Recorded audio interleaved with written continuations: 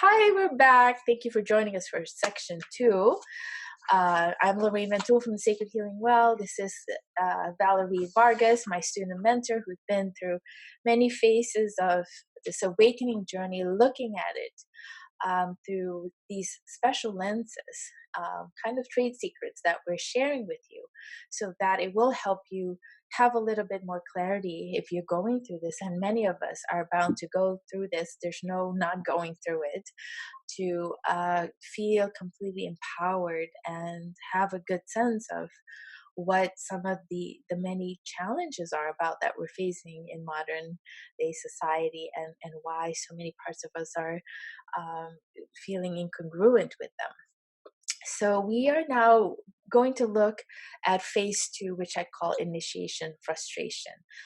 Some people call it also like the dark night of the soul.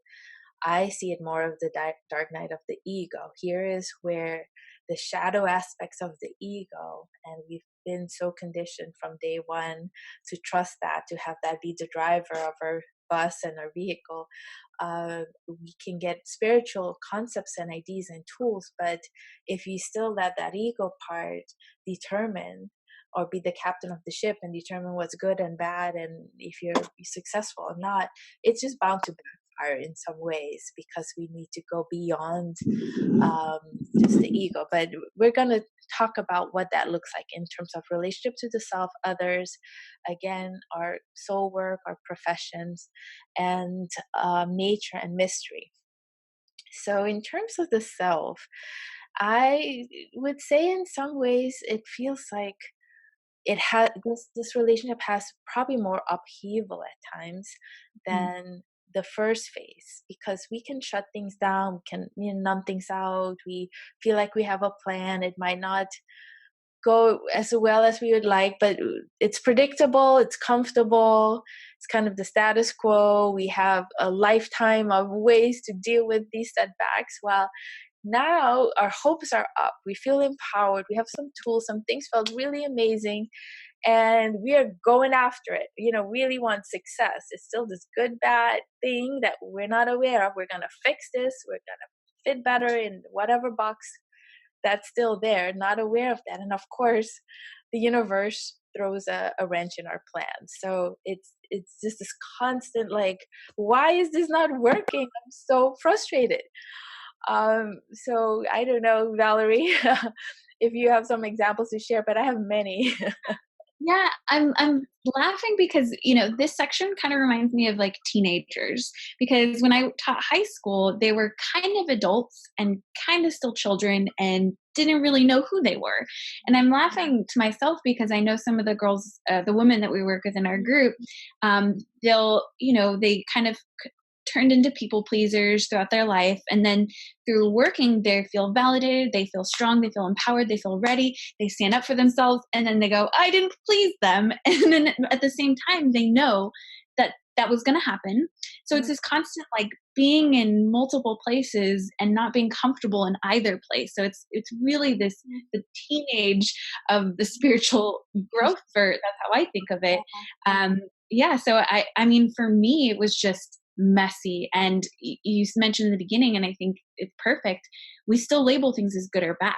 And I think that is the hardest part. Instead of just seeing things as they are, as part of the journey and moving forward, I used to say, I made a mistake, I knew better, and I would get mad at myself, but that's part of it. And I don't think I reassured myself that that's part of it in this phase. Yeah, it's so tricky, right? Because for somebody to kind of try to explain to you non-dualism, and we're using this tree and it kind of to make it a little bit more accessible, what this yin yang symbol is. Out of the light comes dark, or too much attachment to the light creates this shadow darkness. So we're kind of working with seasons and how things might appear bad, or the tree's dying, new light comes in, but that's also abstract. If you just didn't get the promotion, what do you mean? Like, it didn't work. I did everything that I was supposed to do, and they didn't see me, they didn't recognize me. But what it's really, I think the universe is kind of helping us understand is the grasping. And we don't even understand this default grasping of our identities being a solution for feeling wholeness, right? To fully have that stripped from us, like no identity, no good wife, no good daughter, no good friend, it's no good, like just how to authentically be. It's like, no, who am I if I don't Right. have this measuring stick of that went well or didn't go well? So it's a lot of bumping into that, you know, and getting frustrated to then understand, wow, there's another attachment. I feel so frustrated because I was so attached to that not happening. And what wounding, like you said, the adolescent phase or no identity, right? That like what what is then driving this? What am I to be? It's a whole, like, it's chaotic, and it's a whole new reinvention of the self.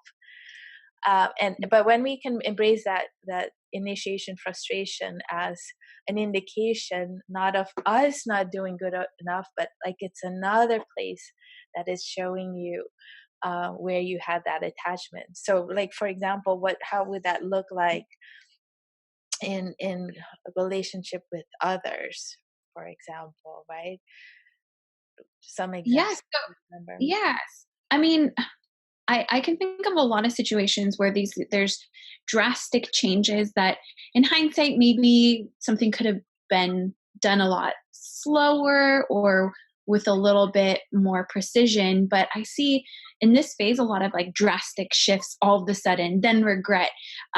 So I know that like some of people I've met before in the past will confront their partner with this huge like, I don't know if I love you, or we need to break up, we need to take a break, and then feeling regret. But then it kind of opens up a new layer of a conversation. So in hindsight, maybe it wasn't such a bad thing, maybe it could have been navigated differently, but I see it as like this constant struggle between making progress but having it be kind of painful, and really integrating that in the process is just part of it.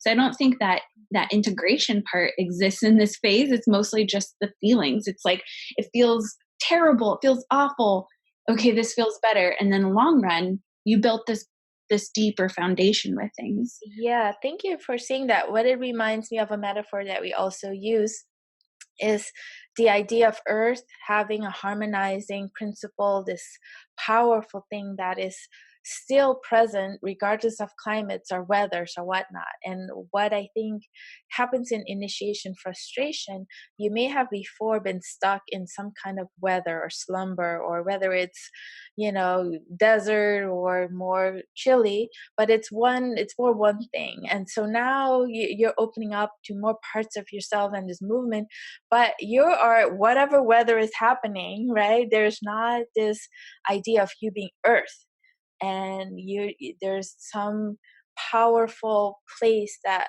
is more you than the weather, that you can always go back to and find this wholeness and peace and grounding in. And the Mhm. reason why is because there was some trauma that prevents you from going deeper in that self, some trauma that we over identify with, that's often still the not good enough, or you're no good, or you're never going to get this, or whatever, that we keep on dropping into until we understand, like, oh, I'm supposed to go even lower than that. That is still like an aspect of weather or climate that is based on circumstances, not who I truly am. So yeah, it's a tricky thing because so many of us identify with some kind of experience identity, right? So to really find that depth, that takes a while. Yeah, and I think as you're talking, there's something that I was reminded of, which is a lot of the people who have reached this phase, something they don't experience is regret, because I think that they start aligning with their higher self, and even if they create drastic changes in their life, Mhm. in those moments they were listening to their higher self, and the consequences are potentially extreme. They may lose people that were considered loved ones, but when I talk to these people, they don't have regret. They feel the pain and they hate Mhm. the pain, but they're, when I've asked and inquired, like, well, would you change it, do you regret it, and pretty consistently they are by their higher self side. They're Mhm. with what is actually true, even if it's hard. I think you're naturally transitioning into the next phase or the dynamic. Oh no, but it's good. It's sometimes the in contrast, right? So I'll say Mhm. something else about this phase before we then transition to the next one. But I think, yeah, even if you're thinking maybe of future things, I'm thinking of talks or things, that you anticipate. I think in this phase, there is a lot more fear and anxiety of how it will go, Mhm. and still like, oh shoot, that went well, that didn't go well. And we'll talk about how different that is in the next phase, where everything is more experienced as a teacher and embraced, and the challenges, instead of kind of putting a pat answer on things and a label, it's just an opening to even more exploration. Yeah. So yeah, that's all I wanted to say in terms of this particular phase. I think we touched upon maybe, let's see, in terms of what I see happening with profession and soul purpose. I think it can play out here too in a lot of ambivalence, a lot of fear, because you might be ready. You might recognize, like, shoot, this job that I've done, it's so not inspiring. I don't want to do it. But there's a lot of back and forth deliberation, because this other thing that you feel passionately drawn to, called by, might not have the perks, might not have the things that you get in this job, whether it's salary or title, or the prestige that comes with it, and all the other different things. It might make logically sense that to do this because you're good at it, you worked your whole Mhm. life to get this education, and now you want to do that. Like, who's Mhm. gonna pay you to do that, and how's that gonna work? So that it just so fraught with so much of this, like, do I trust my soul, do I trust the mysteries are gonna work out for me? I don't get it. I don't get how. No, no, no. And yet your soul is now awake, and just won't let you sleep. Right.